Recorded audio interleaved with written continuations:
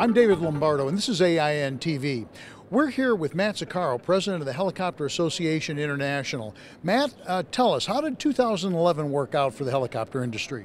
I think it worked out better than expected, to be honest. Stability is there.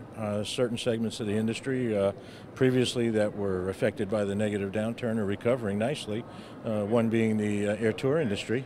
The international tourism activity is back up to previous levels, and they're doing well. And the other segments are reporting a lot of flight hours and a fair amount of business. So we're pretty encouraged. Well, if that's the case, then how are we doing with this year's Heli-Expo? That's even the better part of the story. Historically, over the last 4 to 5 years, Heli-Expo has grown each year, and it's broken the previous year's records.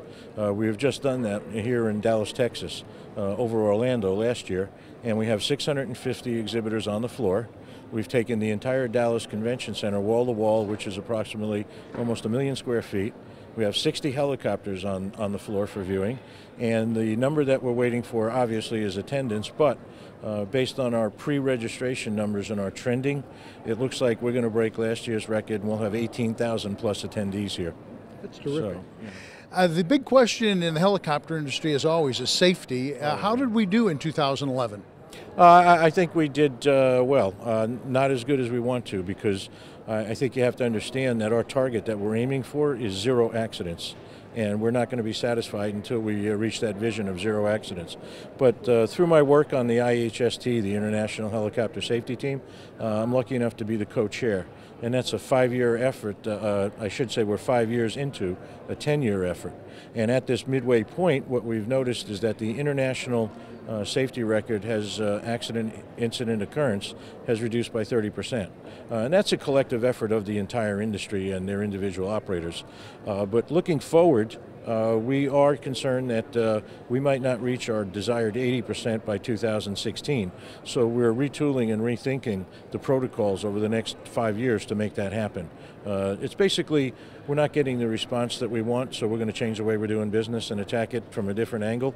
It's going to be more of a human factors, decision-making focus, risk assessment, and safety management systems to get a change or the desired result in a safety culture throughout the entire industry. So right now, we've also modified that viewpoint of reduced by 80. That's been removed. Now it's 0 accidents, no accidents at all. So. Great. And one last question. Legislative issues. What's happening in Washington? Well, not only Washington, but around the world. And I'll give you a classic example of that. We have been discussing with our affiliate, the French Helicopter Society, and our European partners our concern over the attacks that are now in place on the Paris heliport. That is a facility that's been in existence over 50 years. It has several FBOs there. They've been a good neighbor. And they have one of the best safety records in the international helicopter community. Even with all of that, the politicians and the environmentalists and the community are trying to shut down that critical facility. We still do battle, and as we have been for almost 20 years, defending the heliports up in the New York City metro area. But probably one of the most daunting legislative initiatives that we've seen is coming out of the Senate and Congress, and it relates to a new law that they're trying to put in effect. And thank God it's only it's a minority of those bodies, Senate and Congress, that they want to give the authority and the mandate to the FAA to react to nothing more than a noise complaint. And that reaction would develop into a restricted airspace and restricted routes just for helicopters, nobody else. And can you imagine that if we addressed every noise complaint or somebody that said, that the helicopter might be a disturbance, to them as an individual, and the result of that is restricted airspace and routing, it has no end in sight. It's bad legislation.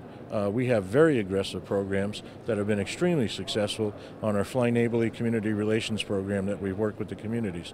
And this thing has unbelievable unintended consequences of compressing aircraft into airspace and creating safety issues.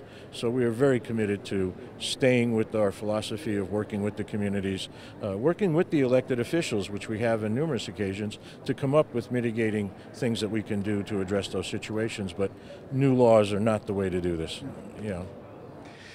We've been talking with Matt Zuccaro, president of HAI, and for AIN TV, I'm David Lombardo.